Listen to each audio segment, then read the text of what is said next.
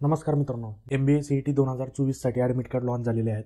कसे डाउनलोड करायचे आपण ब्रीफमध्ये बघून घेऊया. सर्वात पहिल्यांदा CET सेल या वेबसाईटवरती जायचं आहे. तुम्हाला अनाउन्समेंटमध्ये दिसत असेल की MBA CET admit card live, त्यावरती क्लिक करायचं आहे. तुम्हाला एक डॅशबोर्ड दिसेल अशा प्रकारे. ह्या डॅशबोर्डवरती आपलं सुरुवातीला आपण जे लॉगिन ID क्रिएट केलं होतं तिथं लॉगिन करून आपल्याला ॲडमिट कार्ड क्लिअरली शो होईल. हे झालं ॲडमिट कार्डबद्दल. आता आपल्याकडे उरलेले आहेत 9 ते 10 दिवस.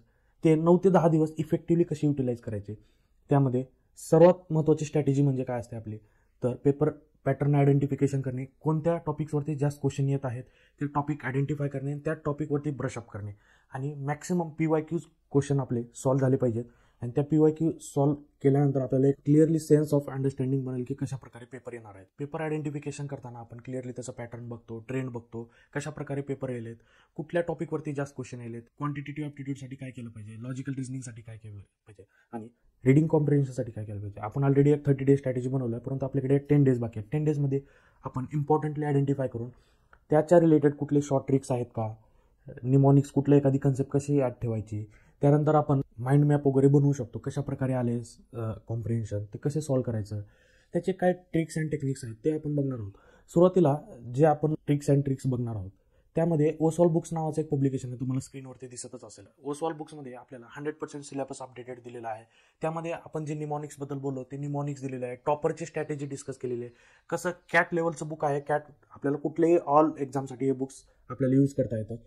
त्यामध्ये ऑल इंडिया रँक 1 ह्या टॉपरनं कोणते ट्रिक्स वापरले होते, कोणते शॉर्ट ट्रिक्स वापरले होते जेणेकरून त्याला रँकिंग आले, माइंड मॅप कशी बनवायचे, ह्या बुक्समध्ये क्लिअरली दिलेलं आहे. आणि हे 25 इयर्सचे लास्ट PYQs दिलेले आहेत. एकदम क्लिअरली सिस्टमॅटिक वेनं त्याचं सोल्युशन दिलेलं आहे. त्यानंतर हे एक दुसरं बुक आहे जे तुम्हाला दिसत असेल. त्या बुक्समध्ये पूर्ण आणि पूर्ण आपल्याला MCQ प्रॅक्टिस करायचं दिलेलं आहे. प्रॅक्टिस बुक असे 2 बुक्स दिलेले आहेत. एक आहे PYQ बुक आणि दुसरं आहे प्रॅक्टिस बुक. या PYQ बुकमधून आपण ट्रेंड अनालिसिस करू शकतो आणि ह्या प्रॅक्टिस बुकमध्ये आपण त्याला इम्प्लिमेंट करू शकतो. आपली स्ट्रॅटेजी वर्कआउट करते का, काय आपल्याला ड्रॉबॅक्स आहेत. आता मॅक्सिमम शेवटचे दिवस आहेत. प्रॅक्टिस करायचे, कोर टॉपिक्स आयडेंटिफाय करायचे, त्याच्या रिलेटेड प्रॅक्टिस करून टिप्स अँड ट्रिक्स डेव्हलप करायचे जेणेकरून टाईम मॅनेजमेंट आपला झाला पाहिजे, व्यवस्थितरित्या ॲक्युरेटली आपण सॉल्व्ह केलं पाहिजे. आणि एक्झाम आपली नो निगेटिव्ह मार्किंग आहे, त्यामुळे आपण सर्वच क्वेश्चन अटेम्प्ट केले पाहिजे. जे येत नाहीत ते पण आपण अटेम्प्ट करून आले पाहिजे आणि आपल्याला मॅक्सिमम स्कोर घेता येईल यामुळे. तर विद्यार्थी मित्रांनो, तुम्हाला परीक्षेसाठी ऑल द बेस्ट. तुम्ही व्यवस्थित पेपर सोडवा. काही क्वेरीज असतील तर आपला नंबर दिलेलाच आहे. डिस्क्रिप्शनमध्ये ह्या बुकची लिंक सुद्धा दिलेली आहे. तुम्हाला परचेस करायचं असेल तर तुम्ही डायरेक्टली लिंकवरती जाऊन परचेस करू शकता. तर व्हिडिओ बघितल्याबद्दल धन्यवाद. आपण भेटूया नेक्स्ट व्हिडिओमध्ये.